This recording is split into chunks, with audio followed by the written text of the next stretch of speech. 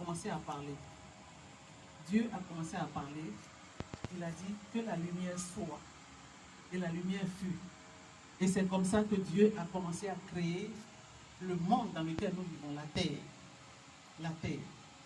Après, il a demandé que la terre produise, qu'il y ait des animaux.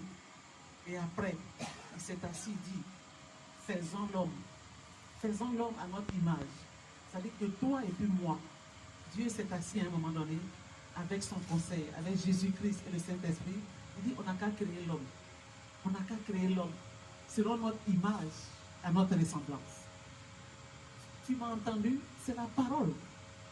C'est la parole seulement. Il parle et puis les choses se mettent en place. Donc il y a un secret, c'est un mystère. C'est un mystère. La parole est la source de tout ce qu'on voit ici. Les deux, la parole. Le fondement de la parole.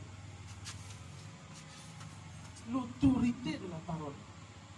Quand tu sais qui tu adores et que devant les situations, tu envoies la parole, tu parles à la situation. La situation, au nom de Jésus, est obligée de changer. Est-ce que quelqu'un a compris? J'ai dit, la parole dont je vous parle, la parole de Dieu, appliquée sur n'importe quelle situation, doit changer.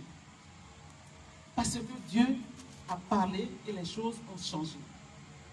Et maintenant, en Christ Jésus, il a dit dans Luc 10, verset 19, voici, je vous donne le pouvoir de marcher sur les serpents et sur les scorpions et toute la puissance de l'ennemi. Et rien ne pourra vous nuire. Donc maintenant où nous sommes arrivés avec Jésus, nous avons un pouvoir. Nous avons un pouvoir qui est en nous. Maintenant, ça ne se voit pas. Si on t'a enseigné que tu crois, que tu fais les choses par la foi, tu vois les choses se produire. Mon enfant était malade, j'ai prié, j'ai déclaré, maladie sort.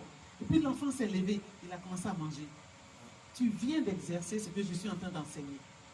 Si tu crois. Si tu ne crois pas, tu vas prendre l'enfant, tu vas aller à la pharmacie pour aller acheter des médicaments. Mais je suis là ce soir pour t'annoncer que la puissance de la parole, l'autorité de la parole nous a été donnée par Jésus-Christ. Amen. Donc si tu crois, depuis que nous sommes là, en tout cas dans ce ministère-là, tu vas ouvrir la bouche et puis parler. Tu vas ouvrir la bouche maintenant et puis parler. Tu ne vas plus rester là pour pleurer. Hein? J'ai parlé de... J'ai parlé. Amen.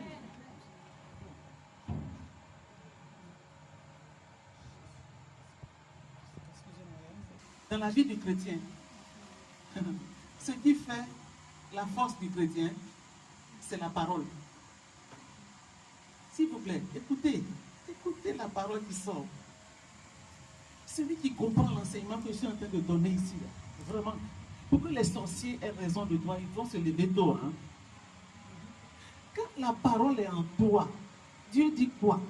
Devant la situation, je suis enfant de Dieu. Dieu m'a ressuscité. Dieu m'a racheté par le sang de Jésus. Donc je refuse que Satan et ses démons rentrent dans ma maison. Et puis tu parles. Le pasteur n'est pas là-bas. Le prêtre n'est pas là-bas. La bouche t'a été donnée pour régler les situations. La bouche n'a pas été donnée pour critiquer seulement. La bouche n'a pas été donnée pour manger à Djéké Garba, non. Mais c'est pour faire la guerre spirituelle. Si tu ne peux pas parler, une bouche qui est fermée, c'est ta destinée qui est fermée, mon ami. Mon frère, ma soeur, ta bouche est fermée, c'est ta destinée qui est fermée. Tu ne parles pas alors que les démons, tous les matins, ils disent, lui, là, doit mourir. En cette fin d'année, eux, là, doivent mourir. Eux, là, ils doivent faire accident, ils ont tout programmé. Maintenant, toi, tu ne parles pas, eux, ils ont parlé sur toi. Tu ne parles pas pour annuler. Mais ça va s'accomplir.